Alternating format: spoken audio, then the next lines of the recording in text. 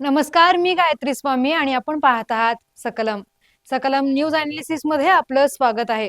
आजच्या घडामोडी आणि त्याचं सविस्तर विश्लेषण। पहिलीच आनंदाची बातमी आहे, यूपीएससी निकालात कोल्हापूरचा डंका। केंद्रीय लोकसेवा आयोगाच्या यूपीएससी नागरी सेवा परीक्षेचा निकाल जाहीर झाला असून कोल्हापूर जिल्ह्याने आपले वर्चस्व सिद्ध केले आहे। जयसिंगपूरच्या ऋषिकेश आलासे यांनी देशात 61वी रँक मिळवत आयएएस पदाला गवसणी घातली आहे। त्याच्यासह हर्षवर्धन पाटील, अरुषा पाटील, रोहित मालवेकर, प्रथमेश शिंदे, मनोज पाटील आणि सिद्धार्थ तगड या कोल्हापुरातील भारतीय प्रशासकीय सेवापूर्व प्रशिक्षण केंद्राच्या विद्यार्थ्यांनी दैदिप्यमान यश मिळवले। या यशाबद्दल गुलालाची उधळण आणि आतषबाजी करत आनंदोत्सव साजरा करण्यात आला। यंदाच्या निकालात कोल्हापुरातील विद्यार्थ्यांच्या यशाची वैशिष्ट्ये म्हणजे त्यांचे ग्रामीण पार्श्वभूमी आणि जिद्दीच्या जोरावर मिळवलेले स्थान। ऋषिकेश आलासे यांनी तिसऱ्या प्रयत्नात 61वी रँक मिळवली, तर टेक्सटाईल कामगाराची मुलगी असलेल्या अरुषा पाटील हिने 553वी रँक मिळवून सर्वसामान्यांच्या स्वप्नांना बळ दिले आहे। रोहित मालवेकर 601वी रँक मिळवली, हर्षवर्धन पाटील यांनी 359वी रँक मिळवली आणि वारानगरच्या प्रथमेश शिंदे यांनी 817वी रँक मिळवली। यांनी प्रशासकीय सेवेत स्थान निश्चित केले आहे। या यशस्वी विद्यार्थ्यांमध्ये एक साम्य म्हणजे चौथ्या प्रयत्नात किंवा तिसऱ्या प्रयत्नात मिळालेले यश। अपयशाने खचून न जाता ध्येयावर लक्ष केंद्रित केल्यास यश निश्चित मिळते, हे या निकालाने पुन्हा एकदा सिद्ध केले आहे। पुढील बातमी आहे, अर्थसंकल्प म्हणजे आकड्यांचा खेळ आणि जनतेच्या डोळ्यात केलेली धुळफेक। काँग्रेस नेते आमदार सतेज पाटील यांची टीका। राज्य सरकारने मांडलेल्या अर्थसंकल्पात बडा घर पोकळ वासा आहे। निवडणुकीत जी आश्वासने सरकारने दिली होती ती पाळली नाहीत। शेतकऱ्यांचा सातबारा पूर्णपणे कोरा करण्याचा शब्द सरकारने सोयीस्करपणे फिरवला आहे, अशी टीका काँग्रेसचे नेते आमदार सतेज पाटील यांनी केली आहे। कोल्हापूरमधील 70% शेतकऱ्यांना 2 लाखापर्यंतच्या कर्जमाफीचा लाभ मिळणार नाही। कोल्हापूर जिल्ह्यातील 2.5 लाखहून अधिक शेतकऱ्यांनी प्रामाणिकपणे कर्ज परतफेड केलेली आहे।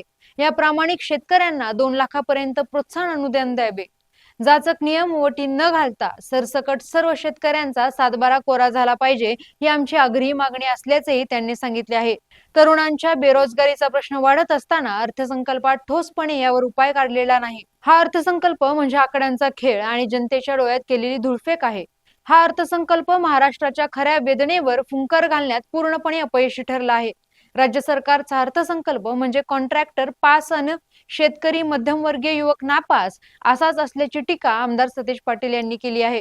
पुढील बातमी आहे, आमदार क्षीरसागर यांनी स्पष्टच सांगितलं, परिवहन समिती सभापती पद शिवसेनेला देण्याचा निर्णय झाला होता।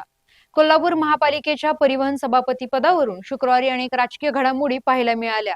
राष्ट्रवादीच्या नगरसेविका मानसी लोळगे यांनी वेळेत परिवहन सभापती पदासाठी अर्ज दाखल करता आला नसल्याने परिवहन सभापती पदापासून राष्ट्रवादीची संधी हुकली असल्याचं सांगितलं जात आहे। मात्र दुसरीकडे शहराचे आमदार राजेश क्षीरसागर यांनी परिवहन समिती सभापती पद आम्हालाच देण्याचा निर्णय झाला असल्याचं स्पष्ट केले। त्यामुळे वेळेचे कारण सांगून केवळ राष्ट्रवादीची फसवणूक करण्यात आली की काय अशी शंकाही उपस्थित होत आहे। कोल्हापूर महानगरपालिकेच्या परिवहन समिती पदासाठी शिवसेनेचे सत्यजित जाधव यांनी शुक्रवारी अर्ज दाखल केला। त्याशिवाय राष्ट्रवादीकडून देखील परिवहन सभापती पदाची मागणी करण्यात आली होती। शुक्रवारी सायंकाळी 5 वाजेपर्यंत सभापती पदासाठी अर्ज दाखल करता येणार होते। मात्र राष्ट्रवादीच्या नगरसेविका मानसी लोळगे महापालिकेत वेळेत आल्या नसल्याचं कारण सांगत शिवसेनेचे नगरसेवक सत्यजित जाधव यांनी त्यांचा सभापती पदासाठी उमेदवारी अर्ज दाखल केला। त्यामुळे आता वेळेचे कारण सांगितले जात असलं तरी शहराचे आमदार राजेश क्षीरसागर यांनी खरं तर परिवहन समितीचे सभापती पद शिवसेनेलाच देण्याचा निर्णय झाला असल्याचे स्पष्ट केले आहे। परिवहन सभापती पदावरून महायुतीमध्ये कोणतीही वादाची ठिणगी पडली नसल्याचं सांगत या प्रकरणावर पांघरून घालण्याचा प्रयत्नही त्यांनी केलाय। उच्च व तंत्र शिक्षण मंत्री चंद्रकांत पाटील यांच्या अध्यक्षतेखाली कोल्हापूर जिल्ह्यातील महायुतीच्या सर्व आमदार आणि खासदारांची बैठक मुंबईमध्ये झाली।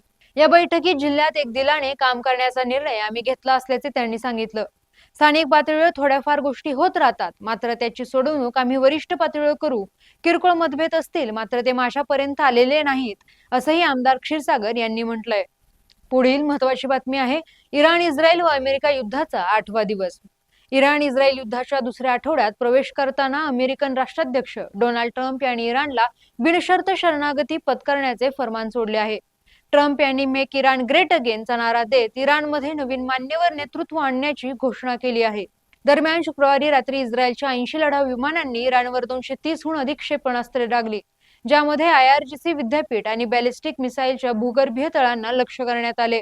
युद्ध आता केवळ इराण इस्रायल पुरतं मर्यादित राहिलेलं नाही. इराणने कतार, बहरीन, युएई आणि कुवेत सारख्या अमेरिकन तळ असलेल्या देशांवर ड्रोन हल्ले केले आहेत. रशियाचे राष्ट्राध्यक्ष पुतीन यांनी इराणचे राष्ट्राध्यक्ष पेजेशिकियान यांच्याशी चर्चा करून पाठिंबा दर्शवला असला तरी रशिया अवघडपणे युद्धात उतरेल का हा प्रश्न अद्याप अनुत्तरित आहे.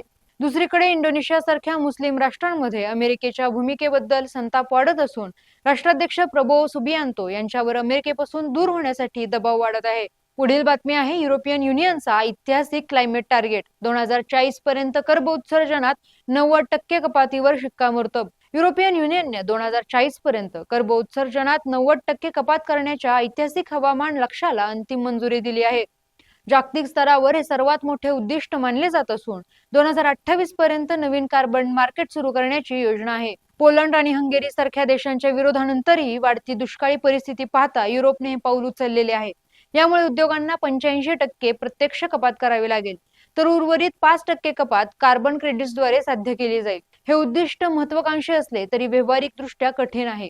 उद्योगांवर येणारा आर्थिक बोजा आणि राजकीय मतभेदांमुळे या निर्णयाची अंमलबजावणी आव्हानात्मक ठरेल. विकसनशील देशांना पैसे देऊन स्वतःचे उत्सर्जन कमी दाखवण्याची पळवाट म्हणजे कार्बन क्रेडिट्स हे नैतिकतेवर प्रश्नचिन्ह निर्माण करते. धन्यवाद आणि पाहत रहा सकलम.